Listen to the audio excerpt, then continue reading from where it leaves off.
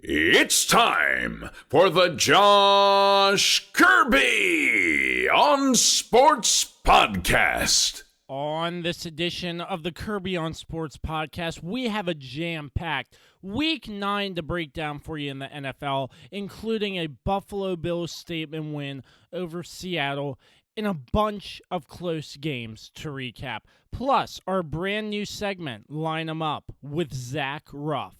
All that and so much more, but before we begin, we would like to thank our brand new sponsor at Regroup Building Services, specializing in custom homes, remodels, additions, and so much more. If you're looking for a new place to call home or just need repairs on your current home, look no further. Regroup Building Services has you covered.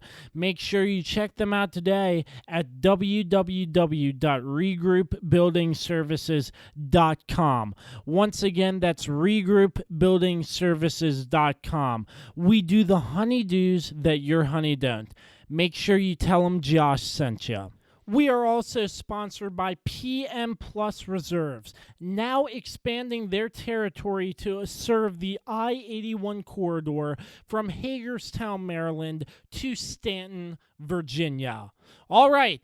It's time for another edition of the Kirby on Sports Podcast, starting right now.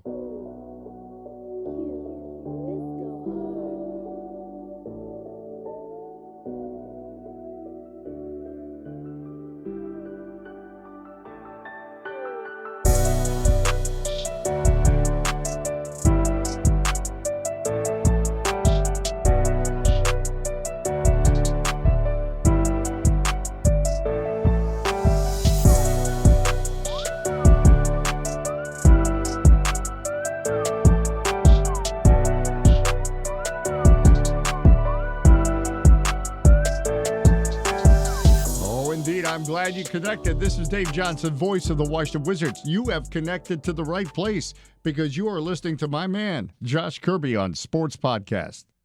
All right, welcome back to another edition of the Kirby on Sports Podcast. As always, sponsored by Regroup Building Services and PM Plus Reserves. As always, big thanks to MPT Now Productions, Dave Johnson, and Productions by Quet.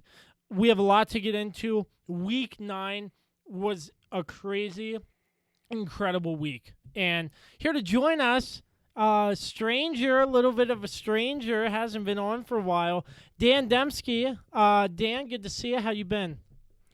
Thanks for having me, Josh. It's good to be back on, and I'm doing well, man. I can't complain. Before we get this started, I have to ask you, what happened to the Hokies? I have no answer for that. We're going to continue onward now. I plead the fifth. I'm not talking about it. I told you that before. It's like a press conference, and you're Justin Fuente, and I'm like, no comment. I'm not going to repeat the dumb answers he had in their post-game press conference, so I'm not talking about it. That's it. We're going to talk NFL, so I'm ready for that. Well, I just could not believe the Liberty Flames beat the Hokies. Somebody told me, and I was like, "What? Wait, come again? The Liberty Flames beat the Hokies?" Virginia Tech fans couldn't believe it either. So it's there's a lot of questions to be answered. I don't really know where the season's going to go from here on out, but whatever, man. It is what it is. Well, gotta move forward. Yeah, it was crazy to see, but man, I could not believe it. It's embarrassing. It's embarrassing to say the least. But okay, let's move on. It's Week 9. Enough with the pleasantries. Dan, we're glad you're here, but let's get this show on the road. Let's do it. Week 9 in the NFL as a whole. You look at this week, and there were a ton of shootouts, a ton of close games, and some controversy as well. And where to start? There are a ton of good games we can start off with, but I want to go ahead and knock out probably one of the best games of the week. And last week, I was talking about this, how Buffalo, if they would come out in this game and beat Seattle, which they did by 10 points, they're legit contenders to go deep in the playoffs. And Seattle, I mean, I'm not sure what happened there.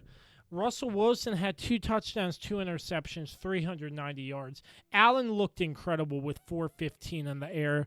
And the Bills made a statement beating Russell Wilson and the Seattle Seahawks, which I think it is huge that Buffalo came out and did that. And they needed to. Yeah, they really did. They really needed to, because I feel like they were just flying under the radar. And with that win against Seattle, they're just... What's stopping them now?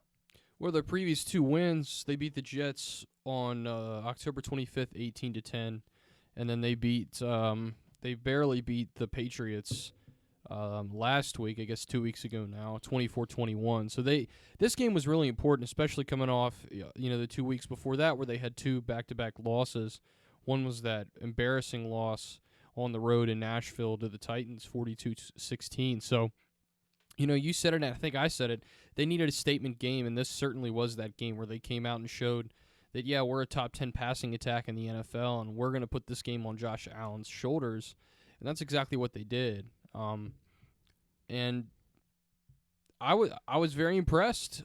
I mean, what else can you say? You score 44 points, and the Seahawks are one of those teams. If you're going to beat them, you have to score in bunches, and you have to score a lot of points, Josh. And we saw that today. And on Sunday. Yes, and we know the Seahawks defense is a liability, and I think that proved in this game. And Josh Allen just tore apart their secondary, and I was really impressed with him. And I'm not going to say they're a contender yet. I don't think I've seen enough from them. It's just one game. We're only halfway through the season, so I have to see more of a successive chain. I'm not saying they have to win every game from here on out, but I have to see more consistency, especially from Josh Allen, who's had some up and down games this year so far. Yeah, consistency is pretty much key in being successful in this league. If you're not consistent and your team's off to a rocky start and winning close games and so on and so forth, you're not going to be that successful. Exactly. And you see here, turnovers, another big factor. The Seahawks have 4. 2 interceptions by Russell Wilson, then 2 other fumbles. And compared to the Bills' 0, I feel like turnovers really shot the Seahawks in the foot. Yeah, I mean, especially because this was a 10-point win, and you can go back and point to those turnovers and maybe point to those and say, look, this is what led to points. I think you'd have to go back and obviously I think I'd have to go back and double check and see what the Bills were able to do on those 2 drives following the turnover. I can't tell you off the top of my head, but certainly you're talking about 2 turnovers in the fourth quarter, especially by Seattle, and that really was killer. I mean, you can't have that, and that's when you kind of have to step up and make plays. And wedged in between those 2 turnovers was a touchdown, and then of course they scored with 4 minutes left, but it was too late. The Seattle's one of those teams. They typically take really good care of the football, but Russell Wilson, and give the Bills defense credit here, when they needed to stop, especially after they've given up so many points, they were able to do it, and they kind of made Russell Wilson look average at best in this game. As far as turnovers, I mean, he still threw for his typical 390 passing yards. It's just crazy. Yeah, I mean, the offense for Seattle is not that big of a deal. It's more of the defense for Seattle that's not helping them get off the field. Yeah, I think the Bills are well-rounded, though, as a team. I think they have a really good offense, and I think their defense is flying below the radar, too, but I think that's kind of the way they want it. And, forcing Russell Wilson, one of the best quarterbacks in the NFL, who's been the MVP, according to Chris Collinsworth, every week on Sunday Night Football, no matter who's playing, they made him look kind of foolish. So got to give them credit. And again, this is a big win for Buffalo, but like I said, I just have to see more consistency. I don't think Seattle fans should be worried though, Josh. I'm not worried. They're still 6-2, and they're in a division where the Cardinals are coming off a loss this past week too, and they're so up and down. So I know we'll probably touch on them at some point, but this is just one of those games where you have to clean up the turnovers, and that definitely made all the difference. So the question moves. You have all these sports journalists and people on TV asking the question, is Josh Allen in the conversation for MVP? Does this nick Russell Wilson's opportunity for MVP? I want to say no. No, yeah. Because Russell Wilson is still, in my opinion, the lead MVP candidate. Now, even though they lost this game, I feel like Allen will be in the conversation for MVP, but hands down, I still feel like Russell's performance looks great. In this game, he had 390 passing yards with 2 touchdowns. But the downside to that, he had 2 interceptions, but still, he still looks good, and he still cooks sometimes. You know the saying, let Russ cook. And it just didn't happen in this game, but I still feel like people shouldn't shun Russell Wilson because of one bad game. No, and if you just look at the numbers and take it for what it is, I mean, you got Russell Wilson has 28 touchdown passes and 8 picks, and Josh Allen's at 19 and 5. So, I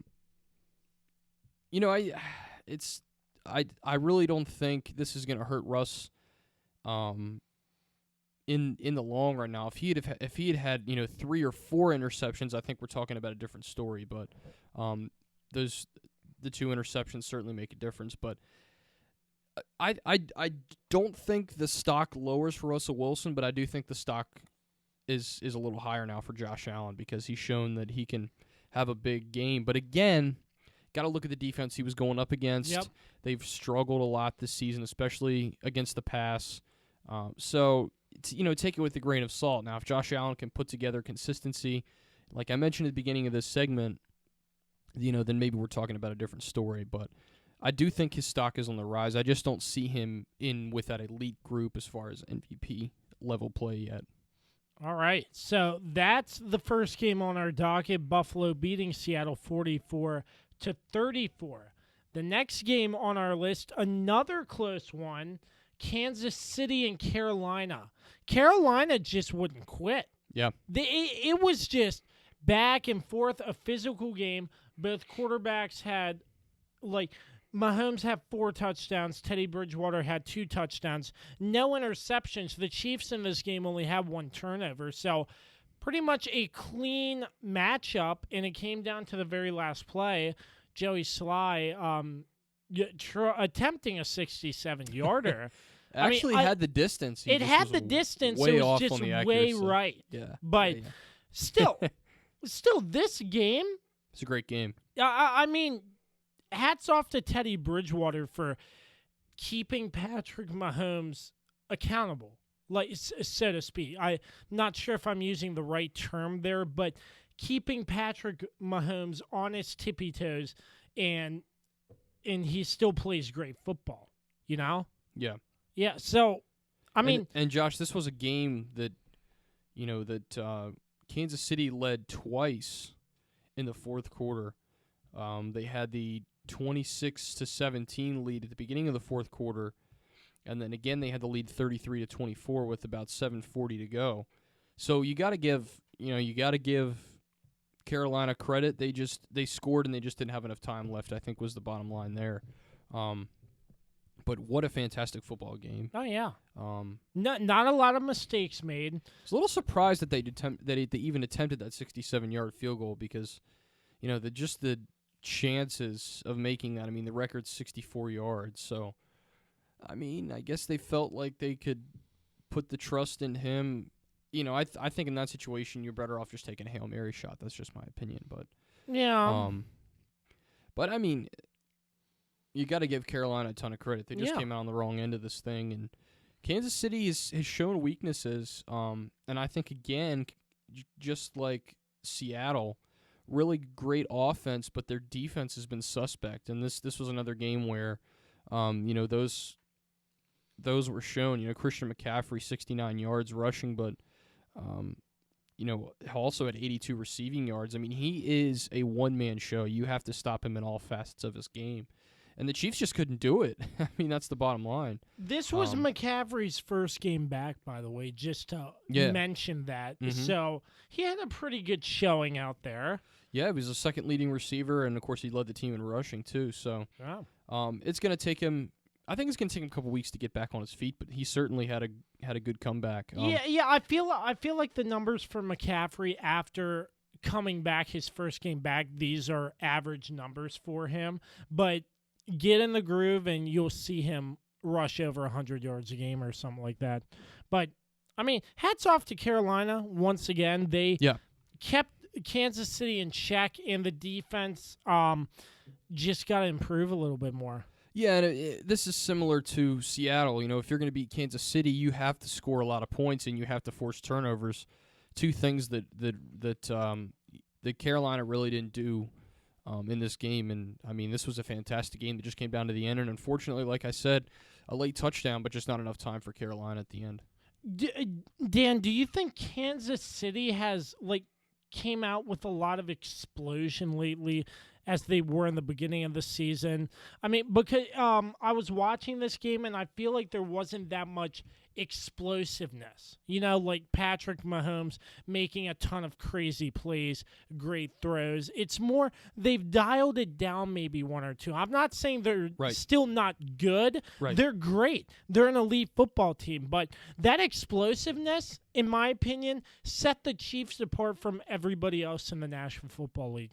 Right. Well, they've run into some tougher competition too, and some teams that have had time to prepare. And I think a big thing for Carolina, especially in that first half, was they were able to really keep them at bay for the most part. I mean, at halftime, this was a 17-13 Panthers lead, but we all know how well Kansas City adjusts, and they came out and looked like their old selves in the second half, and they just took it to them. So.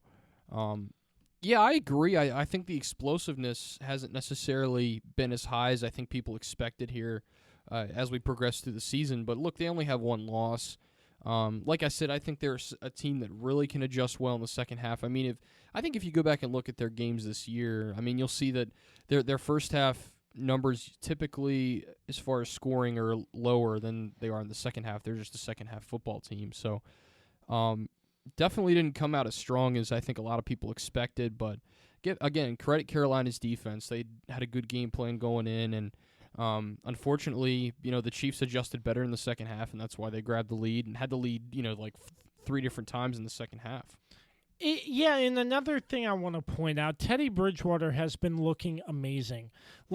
Teddy Bridgewater is one of those players who have that comeback story after getting injured 2 years being out, coming back, and finally getting a starting position. Yeah. And he looks pretty darn good. So I love to see that in the league. I think you could consider him a comeback man of the year. I know a lot of people would look at of course Alex Smith for obvious reasons, but Teddy Bridgewater's had his stats haven't been great. He's at 11 touchdowns, 6 picks. But when it matters most, he's made the right plays and the right reads.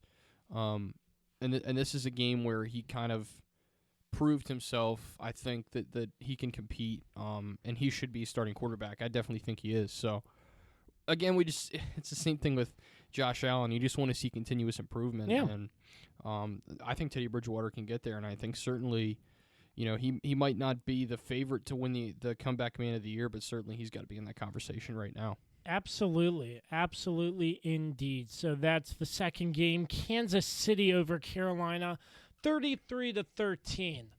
Let's move on. 33-31. 33-31. Sorry. It's okay. I don't know how that came about. But anyways, next on the docket, the dumpster fire called the NFC East.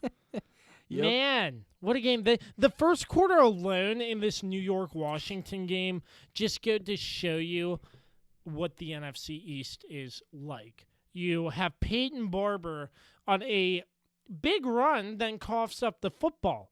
And it's hot potato, hot potato, hot potato. Nobody can get on the football. And the Giants end up picking it up. And I saw that, and there were memes rolling out on Twitter, memes rolling out on Facebook. This is classic NFC East. And you look, and you see this game, and I can immediately look at the box score, and I can tell you exactly why the Giants won this football game. And that is because in the first quarter alone, there were 3 turnovers. If I remember correctly, 3 turnovers. Or it was 2 turnovers in the first quarter and 1 in the second quarter and 2 in the fourth quarter. Regardless of when the turnovers were made, Washington shot themselves in the foot with 5 turnovers. And they only had 4. No, they have 5. 1, 2, 3. They only had 4. Turnovers. 5. What? I'm not sure. It says it right Oh, here. I'm looking at drives. Hold on. Maybe they had a fumble. You made me second guess myself there, well, sir. I was looking at offensive drives. Maybe they had it. Was it a special teams fumble or something? Yeah. Cam Sims fumbled one. Oh, Special teams muffed it and obviously coughed up the football. But excuse me. Besides the point, you can't win a game with 5 turnovers, folks. I've said that multiple times, and this. I'm gonna bring out some of my Washington football team fandom here and say this was one of the worst performances I've ever seen as a fan. Daniel Jones. Danny Dimes. Yeah, you shared that stat on Facebook. 4 of 5 wins against Washington. Yeah, he's only got 5 total wins. 5 total wins against 4 Washington. Against Washington, yeah. Yeah, 4 against Washington. The rest of the league, he is 1-17. My question to you, why do the Giants look like a completely different football team when they play Washington and nobody else? It makes no sense to me. They don't play that well against the Eagles. The Cowboys, maybe. I feel like there's a certain way they prepare for Washington that's different against any other team. And for some reason, they've seemed to have been locked in the last couple seasons. And, you know, I can't answer that question, man. I have no idea. But it seems like it's almost like their Super Bowl or their version of a championship game, because they seem to have brought their A game just about every time they've played. The Giants have swept the Washington football team twice in a row. Yep. Last season and this season. Yep. It's crazy. But another key point in this game, you have to look at the unintentional leg whip that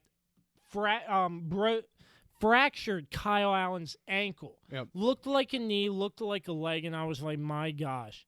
If there's anything that goes wrong to a team, it has to be Washington for some reason. They have the worst luck. So, anyways, then Alex Smith comes in for round 2. He looks decent.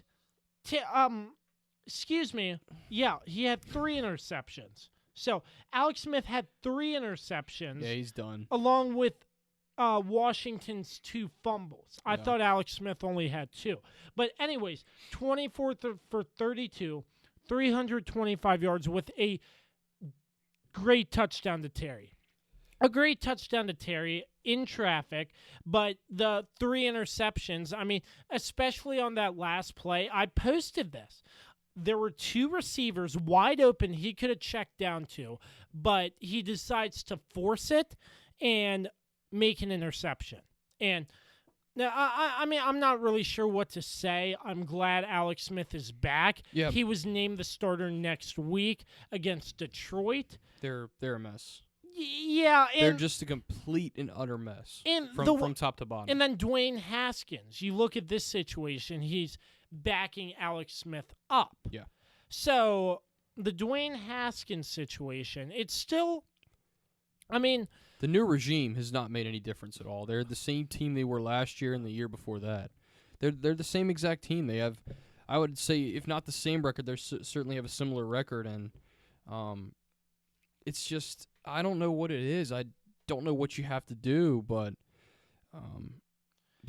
I mean, I don't know if Ron Rivera is the future there. I don't know. I mean, obviously, I think you got to give him a couple years before you can say for sure. But the man just beat cancer. So I know. I didn't say fire him now. I just said I don't know if he's the right coach or not to lead the team. I just feel like the Dwayne Haskins situation, the flip flop between is typical Washington. In my opinion. I don't really have an opinion on Dwayne Haskins.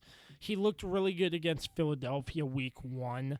Then they pull him against Baltimore. He had a bad game. Yeah, and they pull him. And there are reports saying Ron Rivera hasn't lost hope in Dwayne Haskins. I'm not sure what's going on. And he starts, But God forbid what happens if Alex Smith gets hurt again. And we have Dwayne Haskins, only one quarterback. Is your buddy Logan Thomas going to be the backup or something? I don't know. He hasn't played quarterback in a while. Yeah, but anyways, I mean, Washington, it's a debacle mess. Yeah. Unbiased. My 100% full opinion. They are an utter mess. Yeah, from top to bottom. I mean, they have made improvements. I will say that. I do like Ron Rivera, and I feel like him going through cancer, I'm going to cut him a little slack and say, a man coaching a team while going through chemo treatments, it takes one hell of a man to do that. I couldn't agree more. Yeah. I couldn't agree more. So, I don't turnovers. I mean, they've had problems for years with turnovers. Yeah. It just that you just can't have that, and they consistently have turnover issues. I don't know what it is. I don't know whether they need to draft another quarterback. I don't know what the case is. I really don't. As a fan, I really don't want to draft another quarterback. I'm like, work with what you have and build around it. I just don't know if Dwayne Haskins is the future. He doesn't seem to progress. You see little things here and there where you could say he's making progress, and then he comes out and he just has a terrible game the next game. It's just there's no consistency there, and I don't know if maybe it's an issue with the new offense, new offensive coordinator, new scheme. I don't know, but he had these issues last year, so it's just a complete mess. That's all I would say. I think the defense does show some signs of hope. I think you have a really good pass rush. I think Chase Young is going to be a stud. He's already fantastic. I think you need some work in the secondary, and I think that's always been the truth. Yeah. With Washington, but I think the defense is not too bad. I just think the offense just costs you games. I mean, you can't have 5 turnovers and expect to win. Of course, special teams comes into that too. Yeah, and it's just inexcusable. And I really think the O-line, they need to beef up the O-line because I don't think the protection's there. There's no protection whatsoever. No. But defense or secondary still gets ate up. The Washington football team, and I mean, there's not a lot more to say. But Washington is taking millimeter baby steps, like the smallest amount of baby steps towards a better franchise.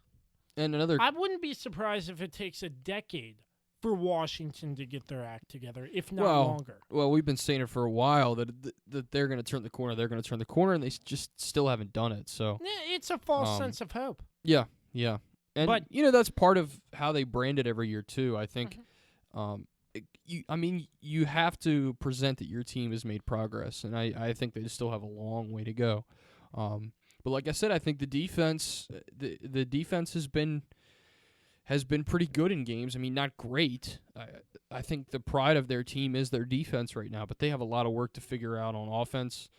They gotta figure out a running back situation too. Gibson has a good game, and then he only had 20 yards rushing in this game. And McKissick only had 17, so that doesn't help either when you have an old quarterback too. You have to be able to run the football effectively, and I think it goes back to your comment. The offensive line, they need a ton of work there, and they need to bring in either some free agents or draft some guys and build them up. Something's got to give there that that this offense can turn the corner in. Yeah. So enough talking about Washington. That's fine. Yeah. Enough talking about Washington, but the Giants. Yeah. Whoever made the decision to let Alfred Morris go, what the heck were you thinking? Alfred Morris makes his return to FedEx Field, 9 carries for 67 yards. Yeah. Can you believe that? I can. It's hilarious. Daniel Jones, 23 for 34, 212, and a touchdown. But this game was won on the ground. Gallman looked great. Alfred Morris looked great. And 5 turnovers. By the way, he got sent to the practice squad yesterday. Alfred Morris. Fun fact, a little update. That does not make a bit of sense to me. Well, Why? He only played in 2 games. He played, of course, against Washington this past weekend, and in a loss to Tampa Bay the week before.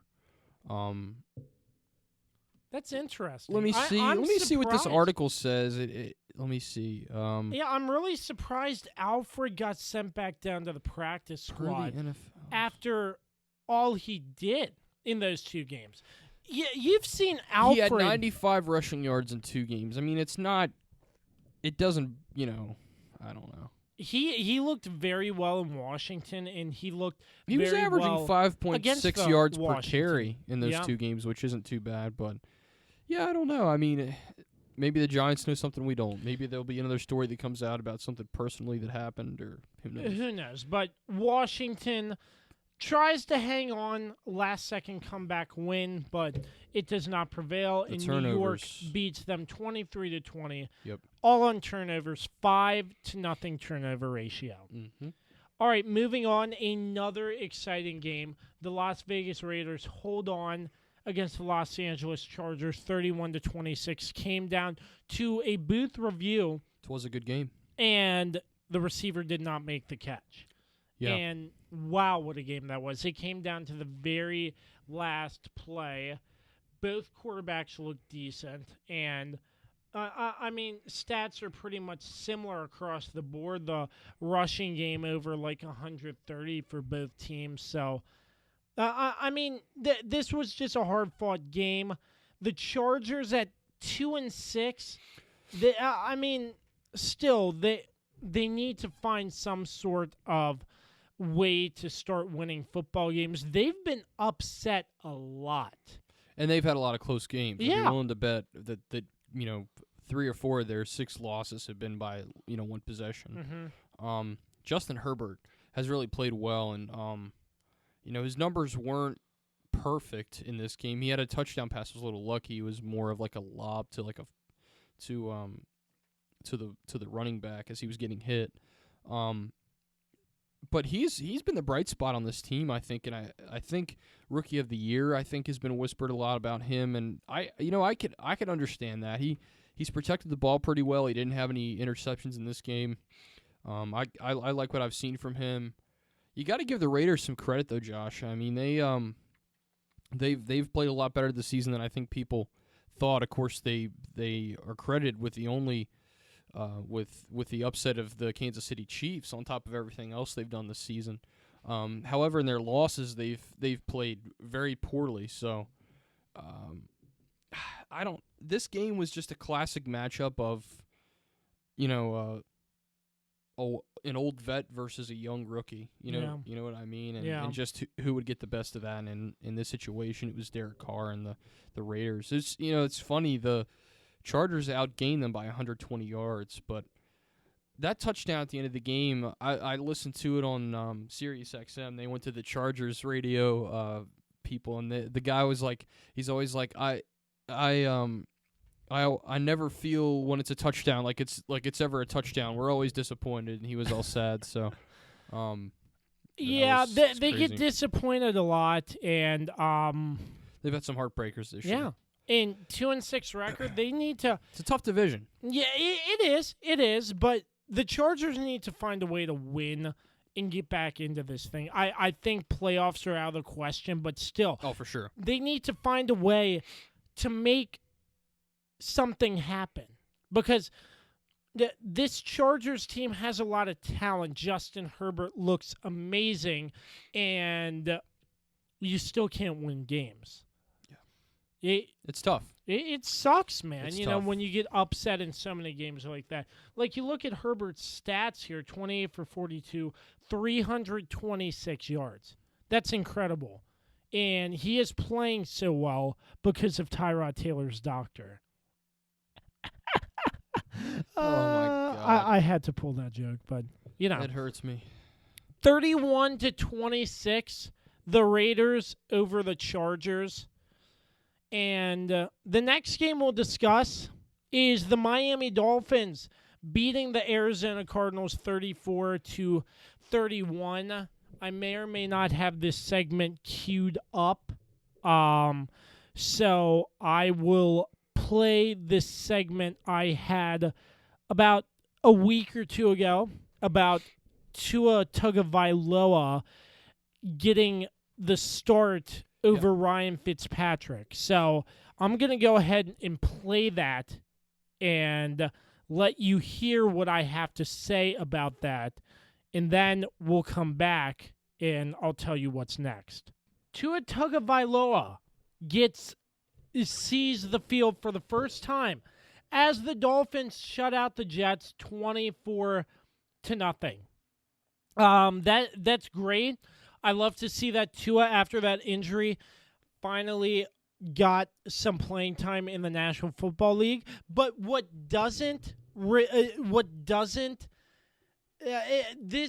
I saw this in the news and I couldn't believe it. What really, this irritates me a little. The Dolphins came out and said they're benching Ryan Fitzpatrick for Tua. And I double take and I'm like, what? Wait, what?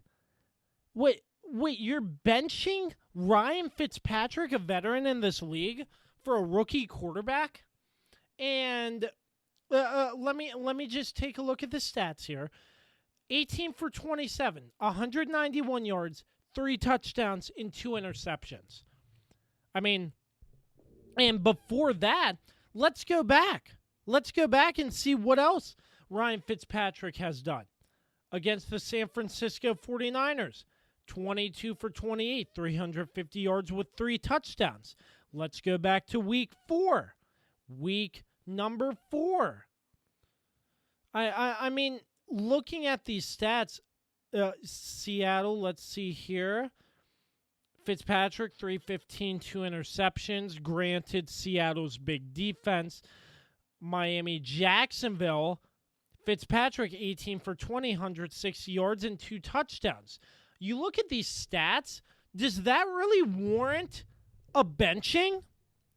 Does it really? I know the Dolphins are in a big rebuilding haul, and they're right now currently at 3-3, which is better than past years. But to literally bench Ryan Fitzpatrick, who hasn't been playing terrible football, that I don't know what to say to that. I really don't. I'm going to pull up the quote from what Fitzpatrick said in the press conference. My heart just hurt all day. It was heartbreaking for me. I've been a starter. I've been benched all kinds of different ways. But this one just really more so than any of them. I just felt fully committed and invested and felt like it was my team. Darn right it was your team. You looked decent. Head coach Brian Flores. I'm just going to say this. Yeah, you want to put Tua in to see if he's better. But if Tua throws up a goose egg, throws multiple interceptions, and plays like crap because he's a rookie in the league, instead of sitting on the bench and learning from an experienced veteran, I'm just saying, Brian, if the fans come back and want you gone for that, don't say I didn't warn you. Because I mean, it's crazy. Ryan Fitzpatrick with the nickname Fitzmagic. I mean, yes, he's not a legendary quarterback. He's not the greatest, but he's not the worst. And he's had a decent season. And for the starting role to get ripped off of Ryan Fitzpatrick for Tua, that rubs me the wrong way. That really does. Yeah, to see that happen, it just really, really, really unsettled me. It disgusted me in a way. I feel very sorry for Ryan Fitzpatrick. And, yeah, I mean, it's crazy. It's really upsetting and crazy to see Ryan Fitzpatrick going through all he has been through to play decent football with a decent Miami team to get stripped after winning 24-0. Granted, it was the Jets, and I mean, the Jets, I don't know what to say to them, but granted, you win 24-0 and you get benched because you have a decent game. I mean, I would be on Brian Flores' side if Fitzpatrick came out and threw 4 or 5 interceptions with no touchdowns. I'd be on his side. But Fitzpatrick, I don't see what's wrong in the stats to warrant him to get benched. So if this doesn't work out and Tua ends up not doing well and playing like crap because he wasn't sitting behind a veteran for a whole season, which I think should be the way to do it every time a rookie quarterback comes into the league, then don't say I didn't tell you so when the fans want you gone.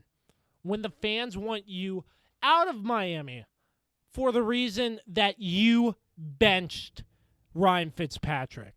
But hey, if you can prove me wrong, if Tua Tagovailoa can come out and play great football, then yeah, I'm wrong. But that's just my opinion on the fact of the matter is Ryan Fitzpatrick, I don't believe should have gotten benched. He shouldn't. Plain and simple. He should not have gotten benched.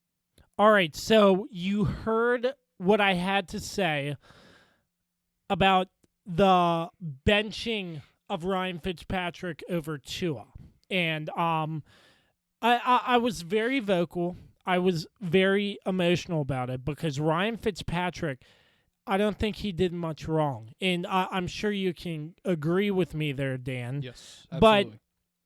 But I basically straight up said, don't be surprised, Brian Flores, if the fans start coming for your head wanting you fired because Tua isn't playing well. He's just a rookie, and he's coming off an injury.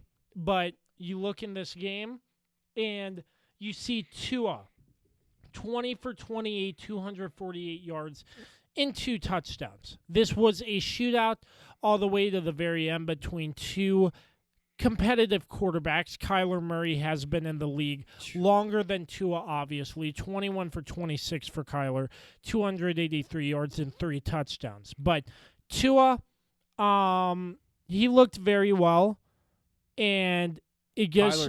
Kyler's the whole Cardinals team. He's their whole team, man. He had 100 yards rushing. Yeah. Anyway, sorry I cut you off. That is true, and I will talk about that in a minute. But sorry. I made a mistake. I'm going to have to apologize to all my listeners that are Dolphins fans. I made a mistake in saying that, and Tua looks very good. I just felt like I wasn't trying to say in that clip I pulled up that Tua was going to suck, because I feel like he has a lot of talent in this league, but I just felt like it was too early. And Brian Flores, hats off to him. He made the right choice. Yep. I hate to say it. It's tough to credit Brian Flores, isn't it? Yeah. It's tough because you bench Ryan Fitzpatrick, who hasn't really done anything wrong. No. I mean, he lights up some games, and then some games he throws a couple picks. But there was nothing in the stat line from what I saw to warrant Ryan Fitzpatrick from being benched. So, with that being said, to anybody listening who is a Dolphins fan, I am sorry. And Tua looked great. Only 8 incompletions, 2 touchdowns, 248 yards. And this was a shootout, all in all. Yeah, this game there wasn't much defense. The Cardinals had a turnover. They had a fumble. Other than that, it was a very clean football game, and really the fumble made all the difference when you talk about the final score, because if you look at the numbers, the Cardinals really outplayed the Dolphins on the stat sheet. They outgained them by almost 130 extra yards. Like I mentioned, Kyler Murray, fantastic, almost 300 passing yards, just 5 incomplete passes, and he led the team with 100 yards rushing and a touchdown. I mean, he is their entire team. Basically. They see him do it all. And yes. You look how short he is. He's amazing, though. How small he is, and he's still going out there and making great plays happen. Yeah, he's impressed me. Now, he's going up against the Dolphins' defense that, let's face it, is pretty much non-existent. But the Cardinals' defense is also non-existent, so that's really what kind of game this was going to be.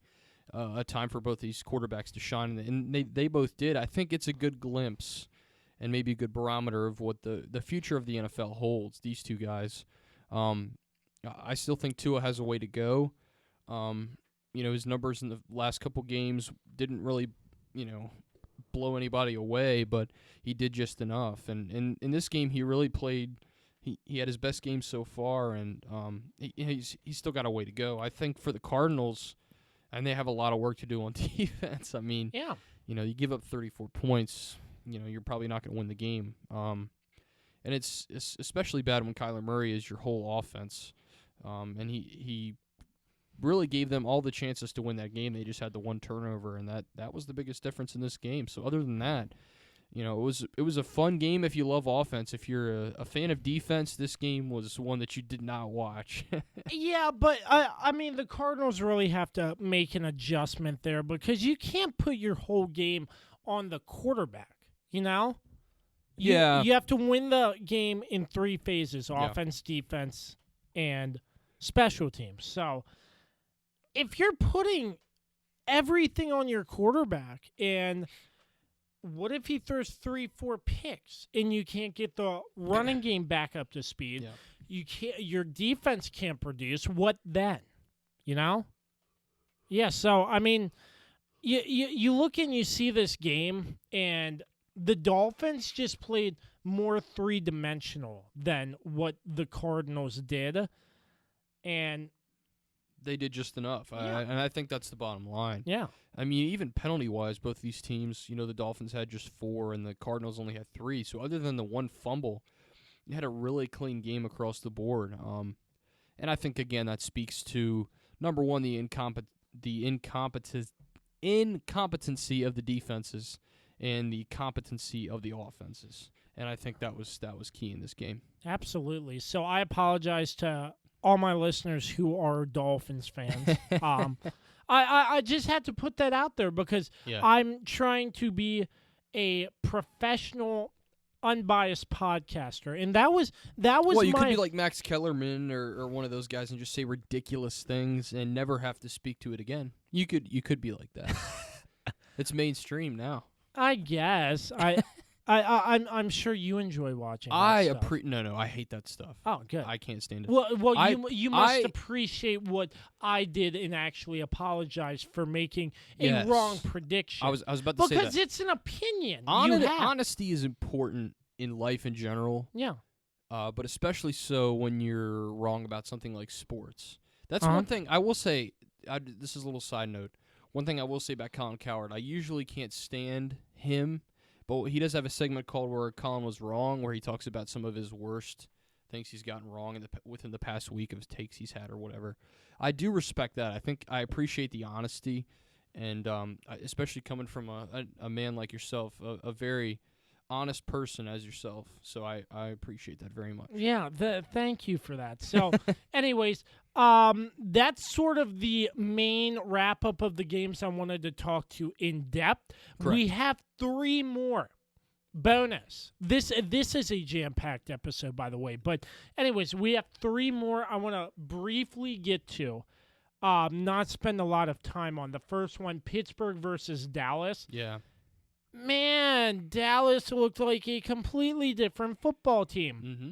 You have a brand new quarterback, Garrett Gilbert, coming from the Alliance of American Football. That's a name we haven't heard in so long.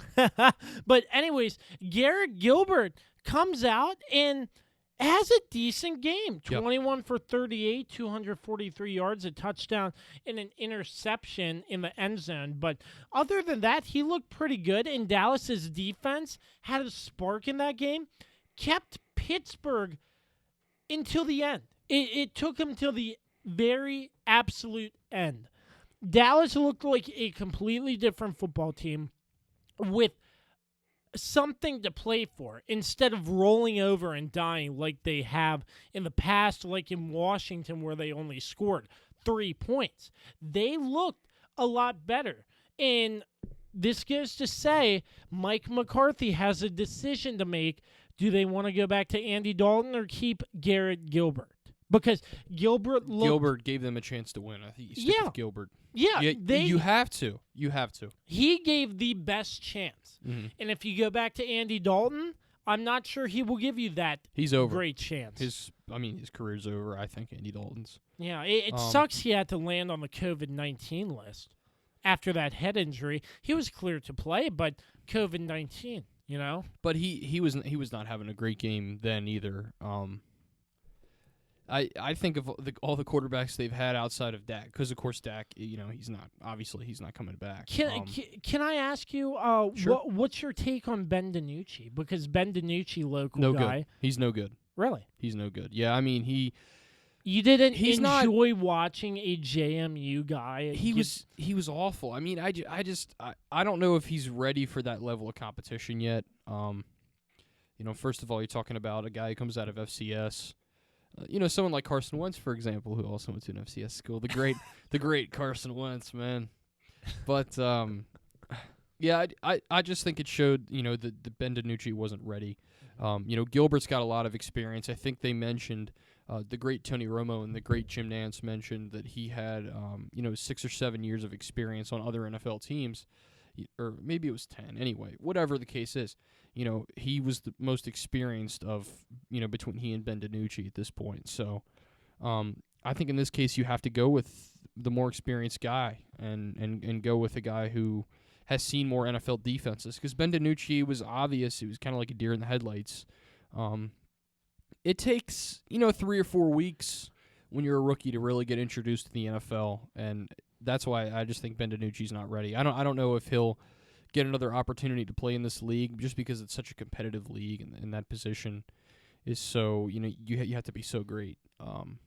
I don't know. I guess we'll see, but I think Gilbert's the guy for the future right now. Yeah, I can see that because Dallas looked completely different. Yeah, they were competitive. Yeah, against the undefeated Steelers, and they led for most of that game. That's something else that people forget. Like you said, it was just the third and fourth quarter when the Steelers finally started to pick it up.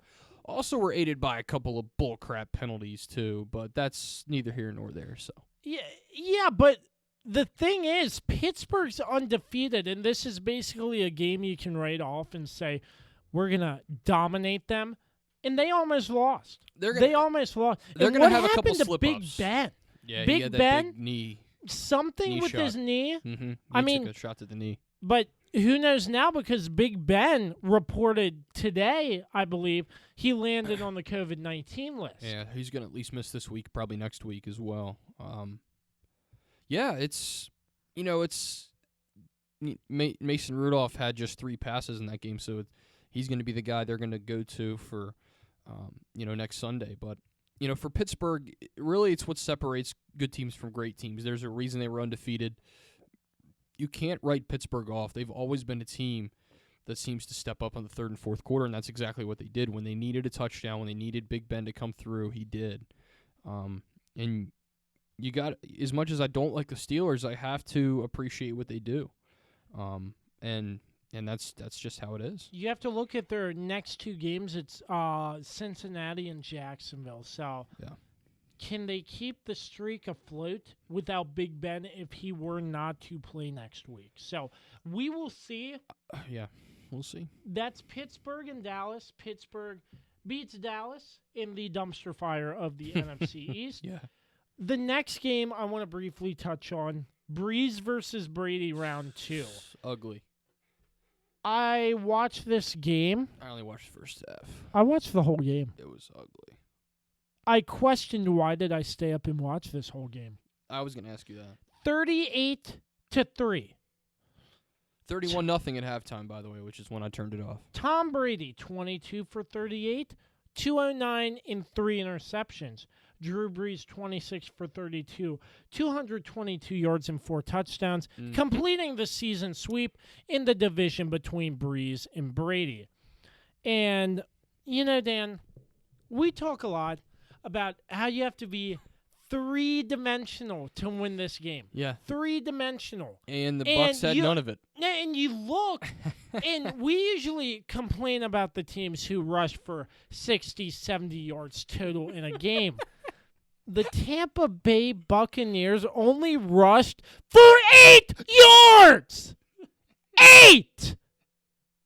What is this? I've never seen anything like it. I have never. Can I play devil's advocate here? They only ran it. Actually, I had to count. They only ran it 5 times, but still. For 8 yards! What is this? I've never seen such a terrible football game. Oh, it was. The New Orleans Saints awful. deserve to smack you in the mouth because you only had 8 yards. This is the National Football League. This is not Pee Wee football. 8 yards! You know a game is bad when you have 3 quarterbacks who get stats for the Saints and 2 of them were in garbage time, and you let Taysom Hill go 2 for 2 against you. I'll get to Taysom Hill in a He's moment. overrated, but that's all I'm going to say. Anyway, No, yeah, we'll get to him. the Bucs. You have Leonard Fournette. The Bucs looked like a little league team out there against an NFL team. This it is was the pathetic. National Football League. It was Leonard absolutely Fournette pathetic. has played in this league for a couple years, and he has had some great games. I don't get it. I don't get it. Like, what was it? Their O-line just... I don't know, but this was probably the worst performance I have ever seen in my entire life. It's one of the worst football games I think I've ever seen. Not only statistically, but just like 31-0 at halftime speaks for itself.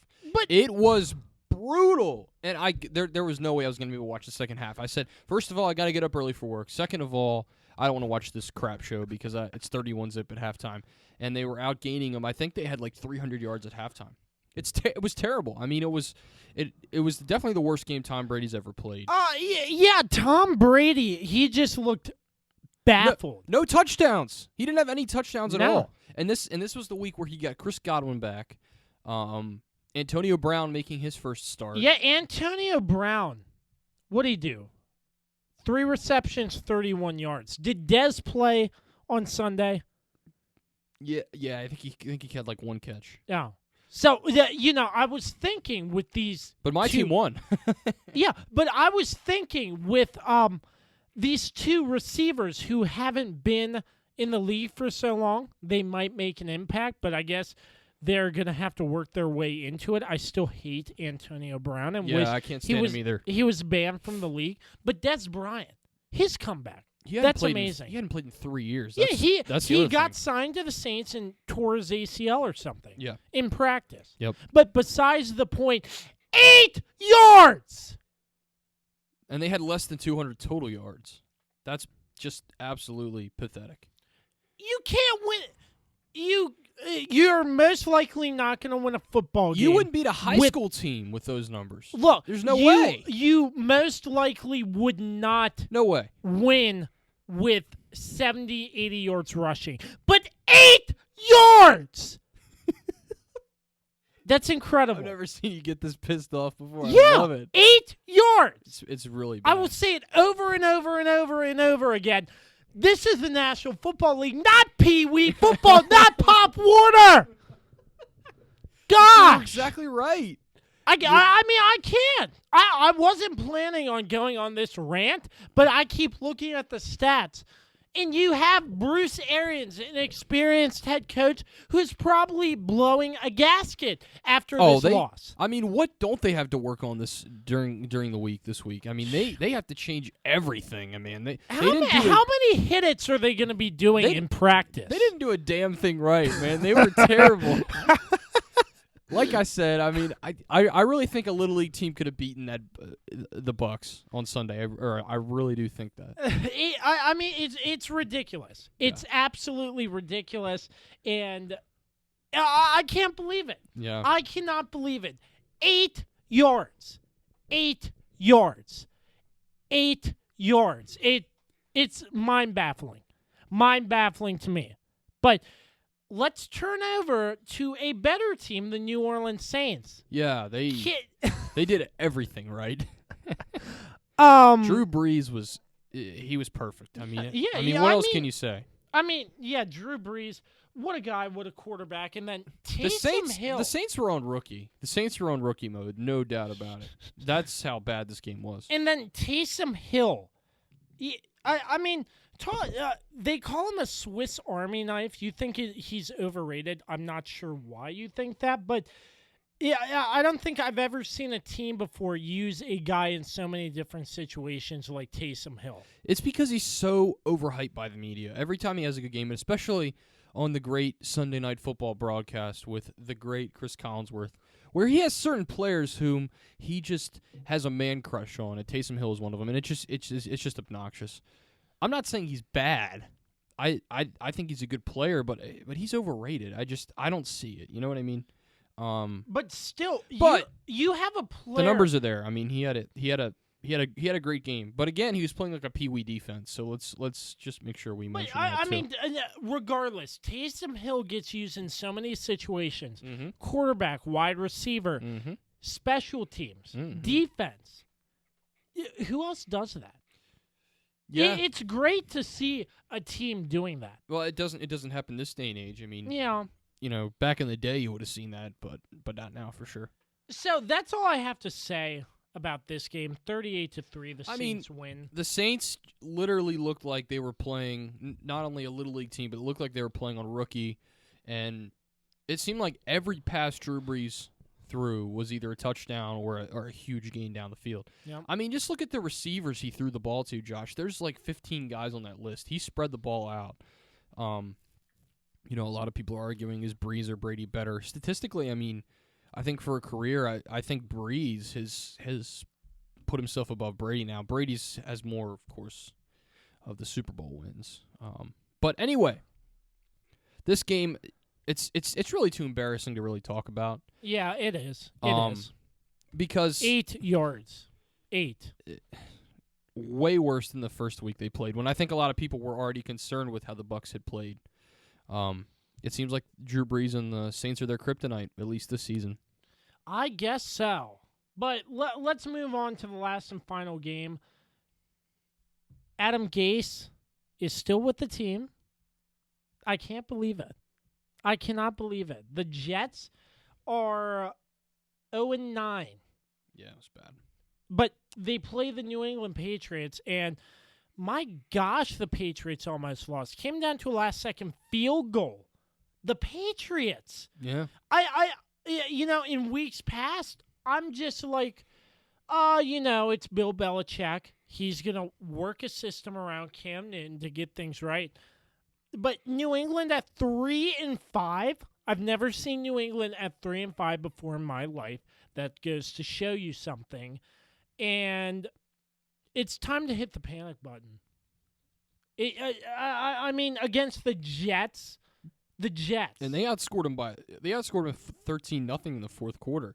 So they were down by They were down by 10 going into the fourth quarter. Your boy Joe Flacco put up some good numbers. Man, 18 to 25, 3 touchdowns, 262. By the way, past Joe Montana on the all-time passing yards. That's list. awesome. But that's like he's like 20th, I think, of all time, which isn't bad for a guy who has been mediocre the last ever since the Super Bowl. Yeah. But yeah, he certainly had a good game. Now, I have a question for you. Okay. So Joe Flacco gave the Jets a chance to win. Are they trying to tank?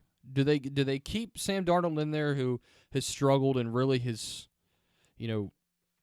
maybe not single-handedly lost them games, but certainly doesn't give them as good of a chance to win as Flacco? Or do they stick Flacco in there and try to win some games? What are your thoughts? Do they try to tank for Trevor Lawrence, who might not even go there, but I don't know. Well, I'm not sure what else there is to do for the Jets. They haven't got rid of Adam Gase, that is stunning. A huge issue. That is A stunning. huge issue. Here's the one thing I'll say Adam about that. Gase is like an overdue library book that is never getting returned. Yeah, and here's another thing too. That's funny. I think if COVID had never come along, I think Adam Gase has gone a long time ago. I think because of the circumstances, the situations with COVID, you're going to see a longer leash for coaches, and I think Adam Gase is the poster boy for that because he should have been gone 3 or 4 weeks ago. There's no excuse for it.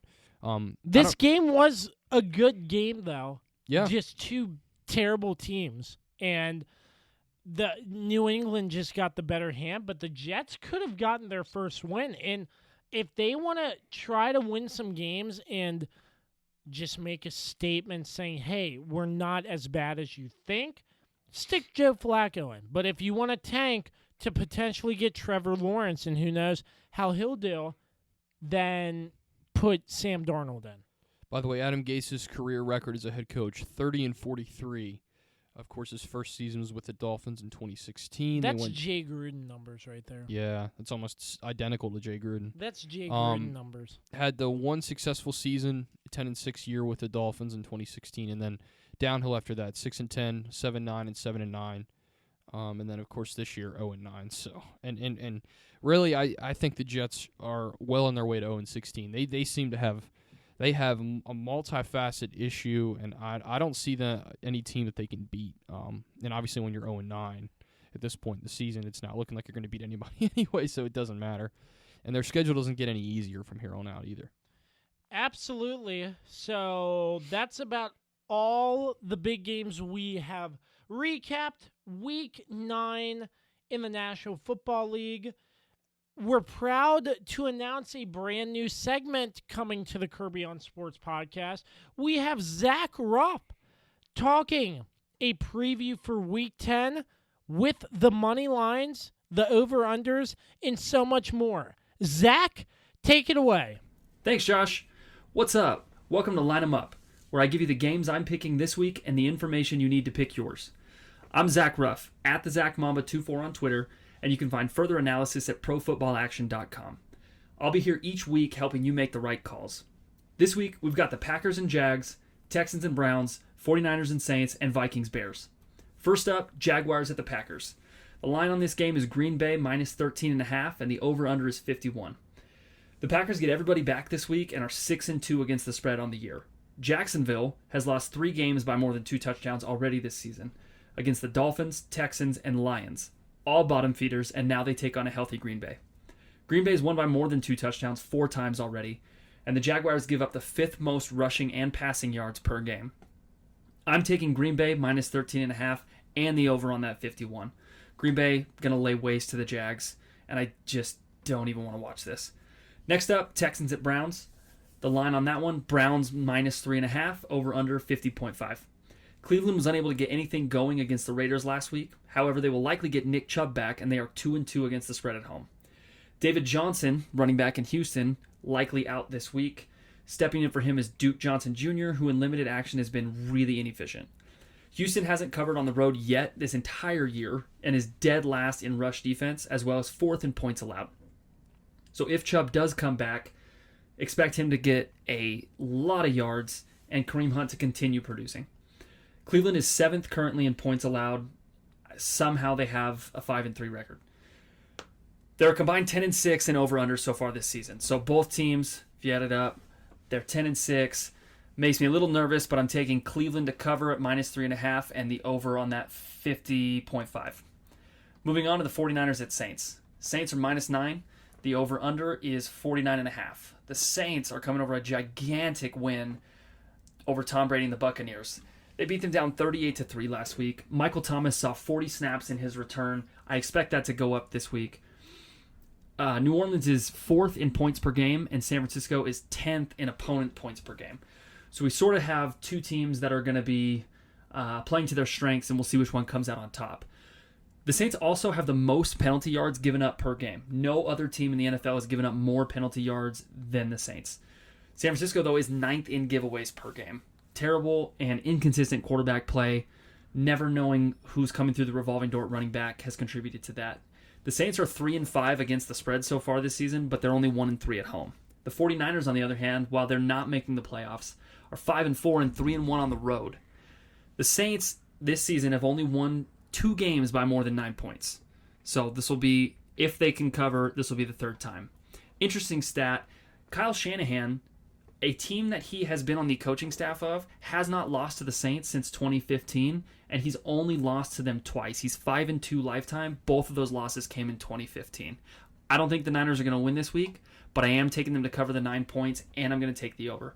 I think both teams actually put up a fair amount of points, and probably within 1 score if the Niners can find something from their quarterback play. They're getting all their receivers back.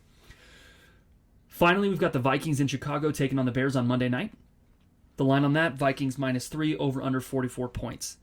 Dalvin Cook shredded 2 top 15 run defenses when he faced the Packers and Falcons in the past couple of weeks. The Vikings are 5-3 against the spread, 3-1 on the road. The Bears are 5-4 and 2-2 at home. The Bears score less points per game every week than everyone except the Washington football team, the Giants, and Jets, and are on a 3-game losing streak. They will also likely be without David Montgomery, who is in concussion protocol, meaning Cordero Patterson will likely be the starting running back. Yes, Cordero Patterson, the wide receiver. The Bears have used him at running back before, but never for a full entire game. I'm taking the Vikings to cover this. I think they win by more than 3 points, and I'm going to take the under because the Bears score so few points. And I think once the Vikings take the lead, they'll lean on Dalvin Cook. I don't think he's going to be hitting, several 75-yard touchdowns. So I think this game will actually go pretty quick. Thanks for listening to this edition of Line 'em Up. For more, you can find me on Twitter at @TheZachMamba24 and get even further analysis and more picks and fantasy news and advice at ProFootballAction.com. Now, back to Josh. Huge thanks to Zach Ruff for our brand new segment on the Kirby on Sports podcast. Thank you once again to Zach. You can catch him each and every week doing a preview with the overs, the unders, and the money lines, and so much more as pertain to sports betting. I do not partake in it, but still, sports betting is growing and gaining more attention, and I feel like it's good for my listeners who bet on sports games. We can give you a little bit of knowledge to go towards which team to bet on, if that made any sense to you all. So, anyways, wrapping up the show, what to look out for Week 10 in the National Football League. Dan, take it away. Got a good game out in the NFC West, Mr. Kirby. You have the Seahawks and the Rams in SoFi Stadium in California. It's going to be a good football game. You have, of course, Seattle trying to bounce back after their loss to Buffalo, bringing in one of the top, the number 3 overall offense, going up against the Rams, who have had a pretty decent season, 5-3 overall, trying to bounce back after losing to the bye week. No, I'm just kidding. Trying to bounce back after they lost on the road in Tua Tagovailoa's first start 2 weeks ago on November 1st, 28-17. They bring in the number 6 overall offense. So you have really 2 great offenses squaring off, and also something to keep in mind. The Rams also have the number 2 overall defense. So you have a great Seattle offense going up against a really great Rams defense. Should be a fun game. a lot of things at stake here. The Rams win this game. Obviously, they're back in the chase for that division. Going to be tough, I think. A tough game, but the Rams are the home team, and I know the stadium's not full, but it still makes a difference.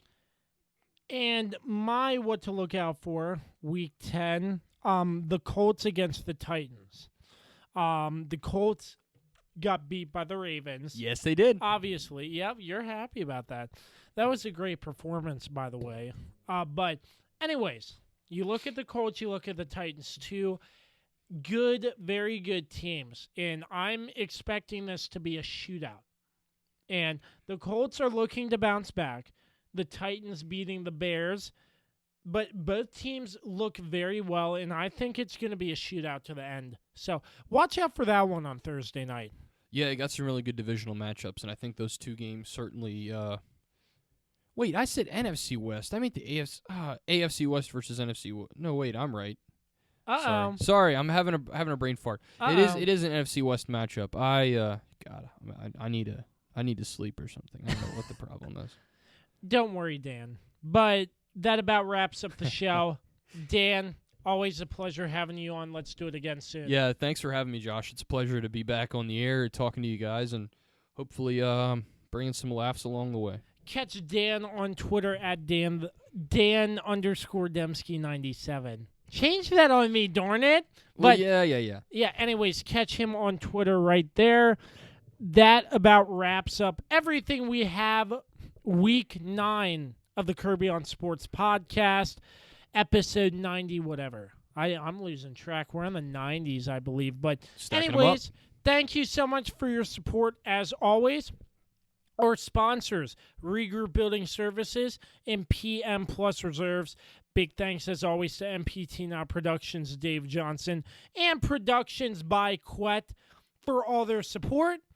Until the next time, make sure you listen to all previous episodes. Anchor.fm/The Kirby on Sports Podcast. And until the next episode, continue to always create greatness, and we will see you next time. Peace out.